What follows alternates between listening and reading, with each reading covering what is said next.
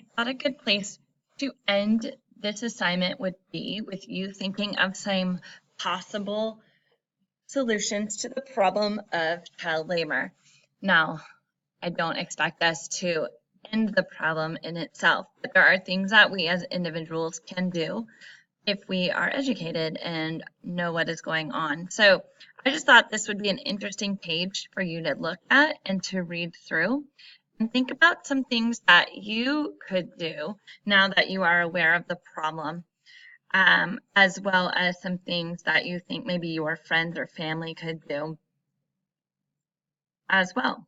So read over this part. You probably need to pause it. And then there's a bottom part too. I'll try to scroll down.